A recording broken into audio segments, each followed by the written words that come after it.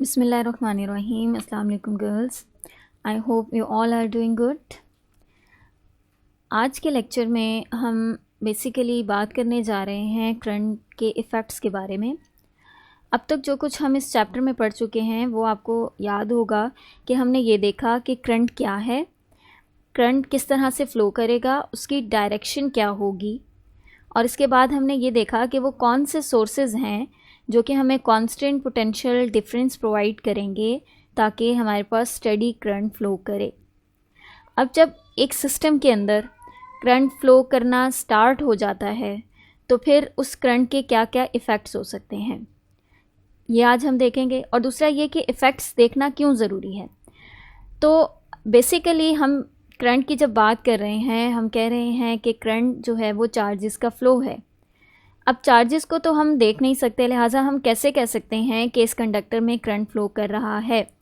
तो जो हमारे पास इंडिकेटर्स हैं जो कि करंट के फ़्लो के बारे में बता सकते हैं वो बेसिकली उसके एक्सटर्नल इफ़ेक्ट्स हैं जो हम नोट कर सकते हैं। इसको आप ऐसे समझ लीजिए कि आपके इर्द गिर्द रोशनी है, अगर आप ये देखना चाह रहे हैं कि रोशनी कितनी है तो उससे पैदा होने वाला साया जो है वो बेसिकली आपको उसकी प्रेजेंस के बारे में बताएगा। तो इसी तरह करंट की प्रेजेंस के बारे में हम उसके इफ़ेक्ट्स से पढ़ेंगे। करंट जो जनरली इफ़ेक्ट्स प्रोड्यूस करता है अपने फ़्लो के दौरान वो तीन तरह के इफ़ेक्ट्स हैं: heating effect, magnetic effect and chemical effect. तो आज के लेक्चर में हम वन बाय वन इन तीनों इफ़ेक्ट्स को देखेंगे। पहले अगर हम हीटिंग इफ़ेक्ट की बात करें तो जैसे कि हमें मालूम है कि करंट बेसिकली फ्री इलेक्ट्रॉन्स के फ़्लो की वजह से जनरेट होगा। एक मेटालिक वायर के अंदर या एक कंडक्टर के अंदर जब करंट फ़्लो करता है तो वहाँ पे मौजूद एक्सेस फ्री इलेक्ट्रॉन्स करंट को प्रोड्यूस करवाते हैं, फ़्लो करवाते हैं। अब जब ये इलेक्ट्रॉन्स फ़्लो कर रहे हैं तो ये अपने इस फ़्लो के दरमियान एक दूसरे के साथ कोलाइड करते हैं। कोलाइड मीन्स टकराते हैं। और ये कोलिजन क्या इफ़ेक्ट प्रोड्यूस करती है कि जब एक इलेक्ट्रॉन दूसरे इलेक्ट्रॉन के साथ टकराता है तो चूँकि दोनों इन मूवमेंट हैं, दोनों के पास काइनेटिक एनर्जी है, तो ये अपने काइनेटिक एनर्जी का कुछ पार्ट दूसरे इलेक्ट्रॉन में ट्रांसफ़र करते हैं। तो इस तरह से on the whole average kinetic energy जो इस सिस्टम की है जिसमें से करंट फ़्लो कर रहा है, इस कंडक्टर की एवरेज काइनेटिक एनर्जी इंक्रीज़ होती है। और change in average kinetic energy जो है वो बेसिकली टेम्परेचर डिफ़ाइन किया जाता है। टेम्परेचर जो है उसकी डेफिनेशन ही average kinetic energy of molecules या average kinetic energy of electrons जो कि फ़्लो कर रहे हैं उनकी टर्म्स में बताया जाता है। तो एवरेज काइनेटिक एनर्जी के अंदर इंक्रीज़ आना बेसिकली इनके टेम्परेचर को बढ़ा देता है। यही वो रीज़न है कि अक्सर आपने देखा होगा कि जब आप अपना मोबाइल फ़ोन चार्जिंग पर लगाते हैं तो कुछ टाइम के बाद वो आपको हीट अप महसूस होता है। इसी तरह से कोई भी अप्लाइंस, इलेक्ट्रिकल अप्लाइंस, जब उसमें करंट फ़्लो करता है तो उसका टेम्परेचर जो है वो आप नोटेबली देख सकते हैं कि वो चेंज हो रहा है, बढ़ रहा है। तो ये बेसिकली करंट का सबसे पहला इफ़ेक्ट है जो कि नोट किया जा सकता है इजीली, और वो है हीटिंग इफ़ेक्ट। अब हीटिंग इफ़ेक्ट के बारे में हम बात कर चुके हैं कि क्यों हीटिंग इफ़ेक्ट प्रोड्यूस होता है। तो हीटिंग इफ़ेक्ट ना सिर्फ हमें ये बताता है कि इस अप्लायंस में से, इस डिवाइस में से करंट फ़्लो कर रहा है, बल्कि हम इस इफ़ेक्ट को मुख्तलिफ़ एप्लीकेशंस में इस्तेमाल भी कर सकते हैं। एक डिवाइस जिसमें से करंट फ़्लो कर रहा है उसमें कितना हीटिंग इफ़ेक्ट प्रोड्यूस होगा, इसको हम एक फार्मूला से देख सकते हैं, और ये फार्मूला है H = I²R T।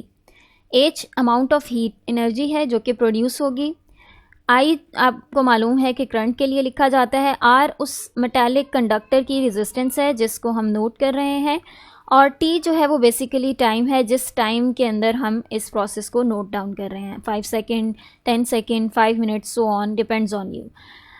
तो इस फार्मूला से हम ये देख सकते हैं कि कितना हीटिंग इफ़ेक्ट प्रोड्यूस होगा एक सर्टेन टाइम के अंदर और एक सर्टेन अमाउंट ऑफ करंट जब किसी कंडक्टर में से फ़्लो करता है।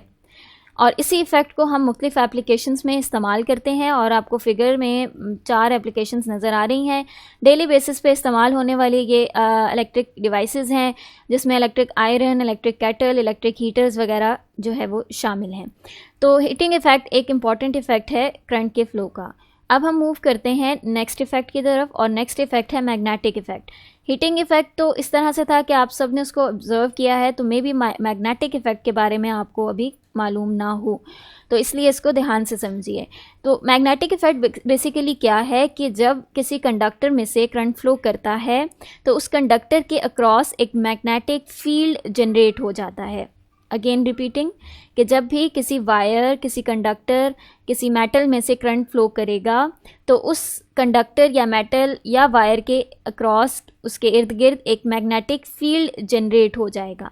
ठीक है, और कितना स्ट्रॉन्ग मैग्नेटिक फील्ड होगा, उसकी स्ट्रेंथ क्या होगी, डिपेंड करेगा कि उस कंडक्टर में से कितना करंट फ्लो कर रहा है। तो अभी आपको इस इफ़ेक्ट को बस यहीं तक समझना है कि करंट का फ़्लो एक मैग्नेटिक फील्ड को जनरेट करता है, और कितना स्ट्रॉन्ग होगा मैग्नेटिक फील्ड, उसकी स्ट्रेंथ डिपेंड करती है फ़्लो होने वाले करंट की अमाउंट पर। अब इन फिगर्स को देख लीजिए, आपको 3 डिफरेंट सिस्टम्स दिखा दिए गए हैं। पहले सिस्टम में अगर हम देखें तो हमारे पास एक स्ट्रेट वायर है और इसमें से करंट फ्लो कर रहा है in this direction, in upward direction. अब इस करंट के फ्लो की वजह से इस वायर के इर्द गिर्द एक मैग्नेटिक फील्ड जनरेट हो जाएगा, और बाय राइट हैंड रूल हम इस मैग्नेटिक फील्ड की डायरेक्शन निकाल सकते हैं, जो कि आने वाले नेक्स्ट चैप्टर्स में आप लोग पढ़ेंगे। और आसानी के तौर पे यहाँ समझ लीजिए कि अगर आप राइट हैंड से इस वायर को ग्रास्प करते हैं, पकड़ते हैं, असल में ना पकड़िएगा, तो अगर आपके फिंगर का कर्ल जो है, आपका थंब जो है वो बेसिकली करंट की डायरेक्शन में है, तो जो आपकी फिंगर्स हैं उनका कर्ल आपको मैग्नेटिक फील्ड की डायरेक्शन के बारे में बताता है। नेक्स्ट में देख लें तो स्ट्रेट वायर की जगह हमारे पास एक लूप है जिसमें से करंट फ्लो कर रहा है, और इसकी वजह से यहाँ पर एक मैग्नेटिक फील्ड जनरेट हो रहा है, और इस मैग्नेटिक फील्ड की शेप या इसकी लाइंस जो है वो कुछ इस तरह से ड्रॉ की जाएंगी। अब ये जो आपको स्प्रिंग टाइप शेप नज़र आ रही है, बेसिकली इसको हम सोलेनॉइड कहते हैं। ये कंडक्टिंग वायर है जिसको वाउंड कर दिया गया है, लूप्स बना दी गई हैं बहुत सारी, और जब इसके एक एंड से आप करंट को एंटर करवा रहे हैं और दूसरे एंड से करंट लीव कर रहा है, तो ये सिस्टम एक सोलेनॉइड कहलाता है। सोलेनॉइड से जनरेट होने वाला मैग्नेटिक फील्ड आपको ये लाइंस से दिखा दिया गया है, और सोलेनॉइड की खसूसियत ये है कि ये एक बार मैग्नेट की तरह एक्ट करता है।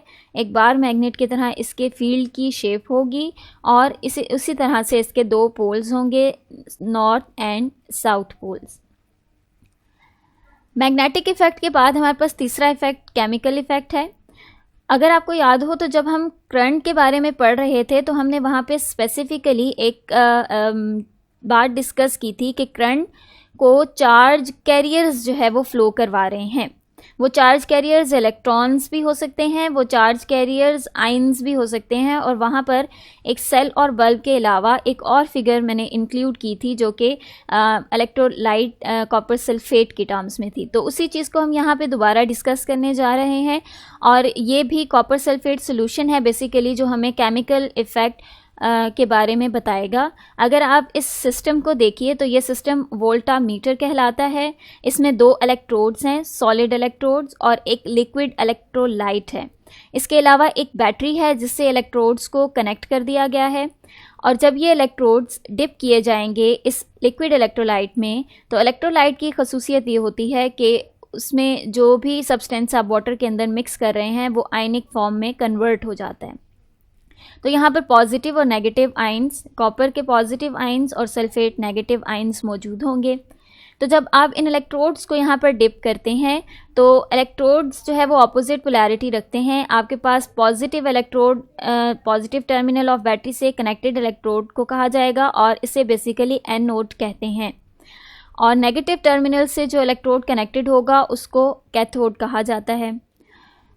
अब यहाँ पे ऑपोजिट पोलैरिटी की वजह से क्या होगा कि इधर के मौजूद पॉजिटिव आयंस नेगेटिव इलेक्ट्रोड की तरफ अट्रैक्ट होंगे और इसकी तरफ मूव करेंगे, और नेगेटिव आयंस पॉजिटिव इलेक्ट्रोड की तरफ मूव करेंगे, और इनकी ये जो मूवमेंट है ऑपोजिट डायरेक्शन में, ये बेसिकली करंट को फ्लो करवाएगी। दोनों इलेक्ट्रोड्स पे डिफरेंट रिएक्शंस होंगे। जब positive copper ions negative electrode की तरफ मूव करेंगे तो वहाँ से ये 2 इलेक्ट्रॉन्स रिसीव करके कॉपर मेटल की शक्ल में यहीं पर डिपॉजिट हो जाएंगे। जबकि दूसरी तरफ आप एनोड की अगर बात करें तो जब SO4 माइनस आयंस इसके पास जाते हैं तो यहाँ से 2 कॉपर पॉजिटिव आयंस लेकर ये अगेन कॉपर सल्फेट बनाकर इसी सोल्यूशन के अंदर दोबारा शामिल हो जाएगा। यहाँ पर याद रखने की बात ये है कि इस थ्रू आउट द प्रोसेस जो सोल्यूशन के अंदर कॉपर की डेंसिटी है या सल्फेट आयंस की डेंसिटी है वो कांस्टेंट रहेगी, क्योंकि अगर कॉपर आयंस इसके ऊपर डिपॉजिट हो रहे हैं तो उतने ही कॉपर आयंस दोबारा इस सोल्यूशन में शामिल हो रहे हैं। तो ये एक इम्पॉर्टेंट पॉइंट आपकी बुक में भी लिखा हुआ है, उसको मार्क कर लीजिए। तो यहाँ पर बेसिकली जो देखना हमारा मकसद था वो केमिकल इफेक्ट था। हमने एक पोटेंशियल डिफरेंस क्रिएट किया और उस पोटेंशियल डिफरेंस से ऑपोजिट आयंस जो है वो डिफरेंट ऑपोजिट डायरेक्शंस में मूव किए और 2 तरह के केमिकल रिएक्शन से ये प्रोसेस कंटिन्यू रहेगा तब तक जब तक यहाँ से तमाम का तमाम कॉपर डिज़ोल्व हो जाएगा सोल्यूशन के अंदर और बाकी तमाम कॉपर आयंस इसके ऊपर डिपॉजिट हो जाएंगे। तब तक यहाँ से करंट फ्लो करता रहेगा और ये केमिकल चेंजेस इस सिस्टम के अंदर आती रहेंगी। तो बेसिकली इस प्रोसेस को इलेक्ट्रोप्लेटिंग का प्रोसेस भी कहा जाता है, जो अक्सर आप केमिस्ट्री में पढ़ते हैं। तो आई होप कि आपको आज के हमारे तीनों जो इफ़ेक्ट्स हैं वो समझ आ गए होंगे। लेक्चर को अच्छी तरह से सुनिएगा और उसके बाद अपने नोट्स बनाइएगा। Thank you so much.